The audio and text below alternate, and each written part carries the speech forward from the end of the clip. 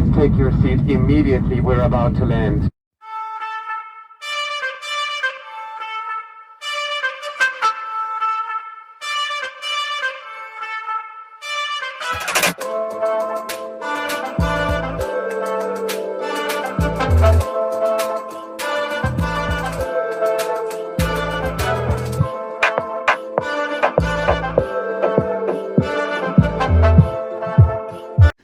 Welcome back to my channel, Finish the Race BL, aka Victory Lap. I am Liz, the host of this channel, and so in today's topic, I am specifically going to be reaching out to the Africans that are currently living on the continent of Africa, and they may be planning to move to America or to the UK. Let's just say those two places, right?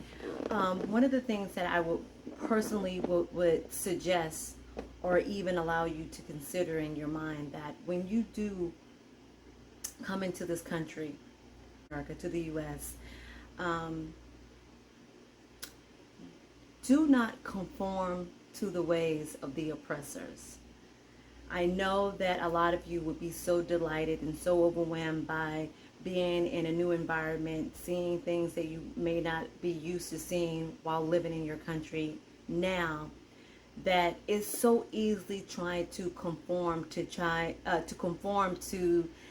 now there's nothing wrong to adapt into the environment, right, into the way of living and the lifestyle, but the attitude of your mind, you don't want to conform to the ways of the oppressor, because you may not know this, that once you get into the system, into the American system, you can be so easily manipulated in such a way to where you will be groomed and taught on how they want you to behave, on how they want you to carry yourself, they want you to speak, how you will start to put away the things that you were brought up on as far as in your culture, your tradition. You would lose pieces of you that would no longer become an existence of you.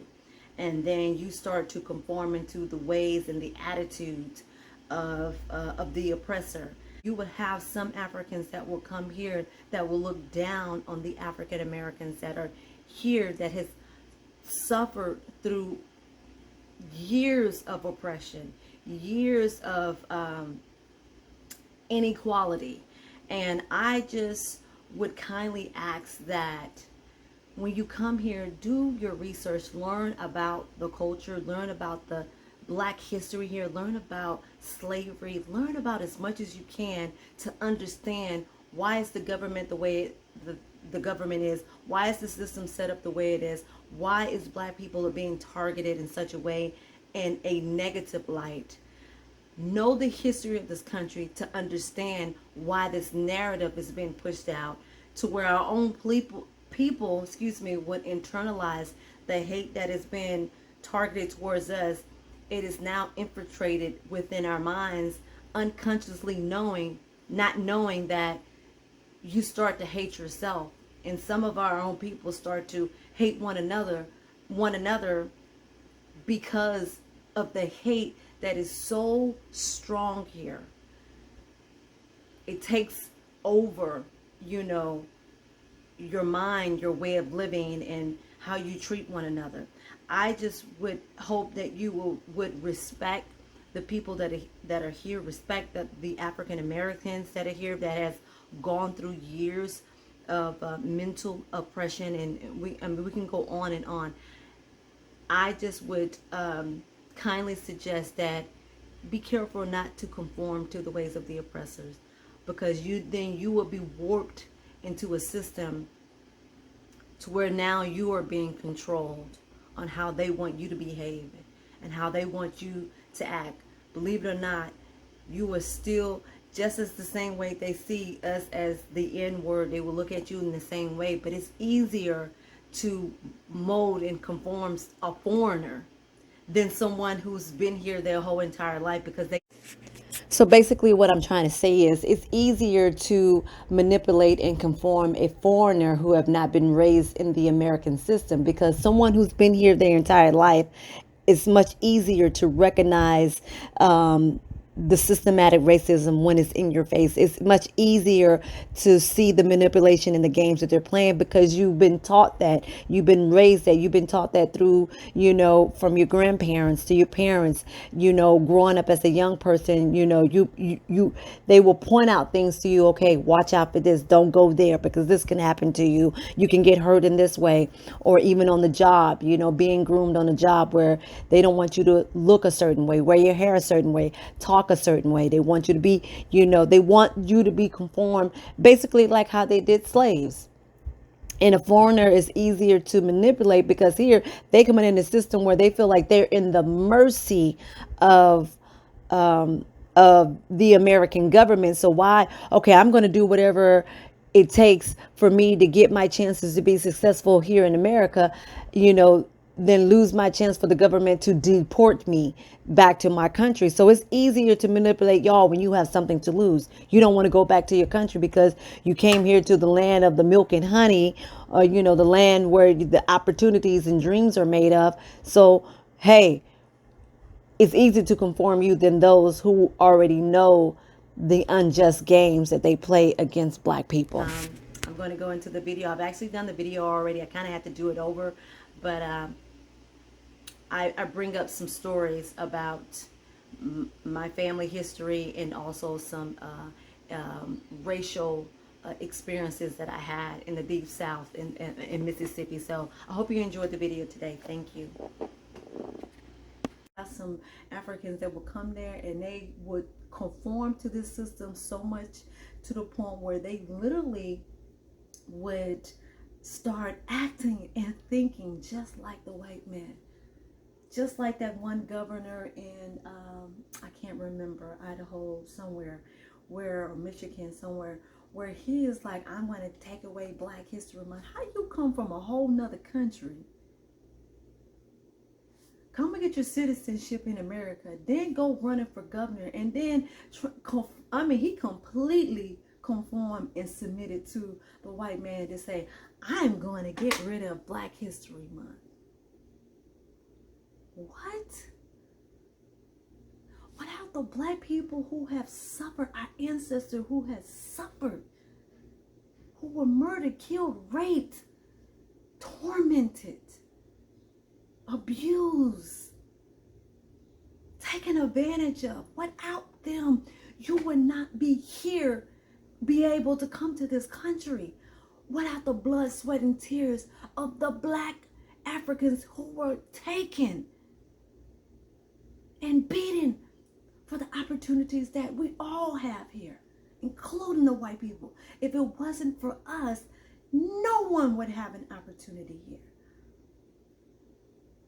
This land is cursed on the blood that was shed, the innocent blood that was shed here. How dare any African come here and to say something so degrading as this, as they had to. My own grandmother told me stories how she had to drink from a white, black only water fountain that was nasty and corroded and gross compared to the white water fountain that was clean and refreshing.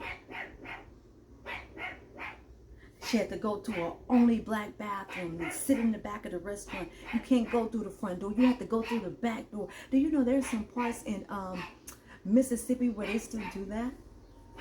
And I know for experience because I went to a Baskin and Robin where they had, a friend invited me to a family reunion. Sorry for my dog. A friend invited me to their family reunion in Mississippi.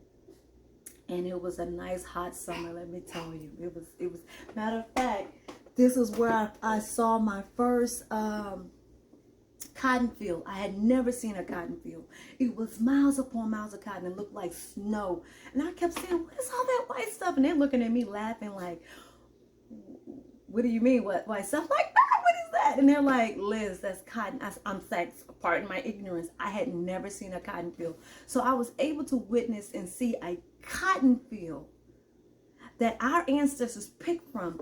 I went out there in the cotton field and picked the cotton. These are the cottons that I picked. I still have it framed. I picked these cotton. Get closer. And they have some sharp thorns on there. Let me tell you, the few, I know this is going to sound silly, but I said, man, I want to experience. I may not know to the full extent of what they had experienced, but I was like, I'm going to go pick some cotton. And I went out in the field and picked this very bunch of cotton.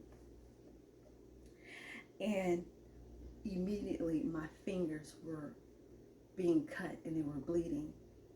And I was like, wow, could you imagine doing this from sun up to sundown, where your entire hand is, and they probably had to pick at a full pace, you know, to have so many pounds of bales of cotton.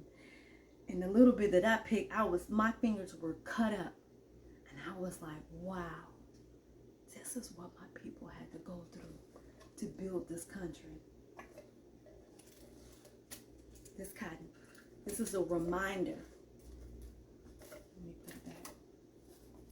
This is a reminder for me to never forget what my people went through. But let me finish the story. So it was a hot summer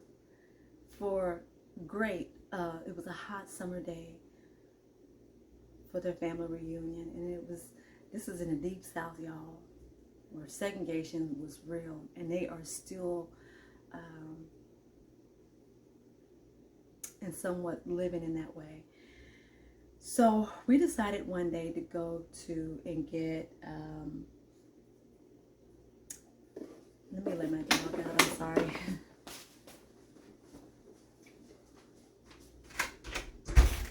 Go to the bathroom. We decided to go and get some ice cream at Baskin and Robbins. And there was a long line outside. I didn't pay attention that there was an entranceway, because there's some places where you only can get ice cream as a walk-through or whatever, or as a drive-through. So I thought it was one of those establishments. Man, as soon as people were getting their ice cream, it was melting down their hands, and I was like, whoa, Lord, it's hot. Oh, Lord. Then I started noticing people going on the inside, but they were all white, and the black people who were outside, the people who were outside were all black. I said, oh, Lord, guys, we can go in the nice, cool, conditioned air and get our ice cream instead of, you know. And me, I'm a part of person. I'm like, and they were looking at me like, oh no, you can't you can't do this. Now this was in 2005, right? Sorry, I want to make sure I did that right. 2000. Whoa. This was in 2005. I went in to go order my ice cream. This is in Mississippi. Biloxi, Mississippi, one of them places. I don't know, I can't remember what particular city. But anyways, went in, stood in line. You know, I'm not paying attention because I'm looking at the menu. They all looking at me crazy, but I didn't notice it at the time. Looking at the menu, I'm like, oh, y'all don't want this. So finally I get up to the register, and I was like, yeah, can I help you? And I was like, yeah, I would love me some vanilla ice cream on a cone. His response was, we're out of vanilla. I was like, okay, let me get the strawberry. We're out of that too. It ain't click. Liz ain't. I'm like, great. My least favorite, but it's okay. I'll eat it from time to time. Let me get chocolate. Okay, let me get chocolate on the cone. We out of that too. And then boom, the light bulb clicked.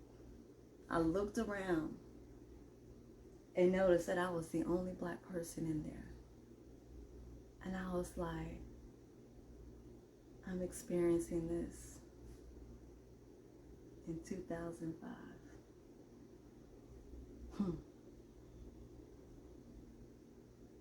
This is amazing. I can't believe this. I said, okay, thank you. I walked out and I forcefully told everybody, do not buy any ice cream from this establishment. If we are not allowed to go into an AC filled building to get our ice cream, and we're forced to come out, every black person has to get their ice cream out in the hot sun, and as soon as they get in, it's melting down their arm, where you can have to hurry up and eat it before it melts all over you.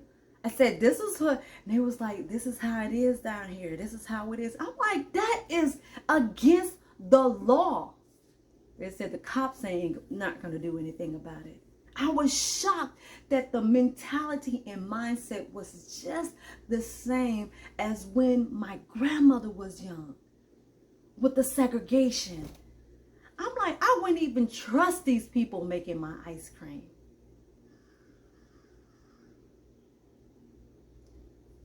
I said, y'all need to quit patronizing their business, put them out their business. So a black man, a black woman, black man or woman need to, you know, buy into this, you know, Baskin & Robbins franchise, or make your own franchise of ice cream. But we shouldn't support a business like this that doesn't allow black people to go inside where there's cool AC on a hot summer day. I was like, wow. I was just like, wow. Like, wow. I can't believe I'm experiencing this at 2005. Like, I was like, wow, I can't believe this. So, when you come here, don't ignore what is the obvious here. Don't ignore the hate that is here, the conformity that is here. Stay focused, be educated, know the history of this land and this country. Don't come over here thinking that, okay, once I come here, I'm going to do whatever, you know, it is that I need to do, you know, so that I can make. Fine, do what you got to do. But do not conform to these evil ways and these evil thinking, where you'll start to look down on the black Americans. Because I noticed that there are a lot of Africans that will come here looking down on us. And that's a whole nother video to discuss. Y'all, just be, those of you who are still here in America, you know how it is. You know what it is. I just only pray that nothing in no harm will come towards you or your family. I pray that you will be protected. I pray that your family will be blessed. And I pray that if you do decide to make a transition to move to any country other than America that is safe for you, you're in my prayers, and I wish you all nothing but the best. So I'm going to end this video by saying, it's not how you start the race, it's how you finish. Finish your course, get to the victory lap, and don't give up. See you until next time, guys. Bye.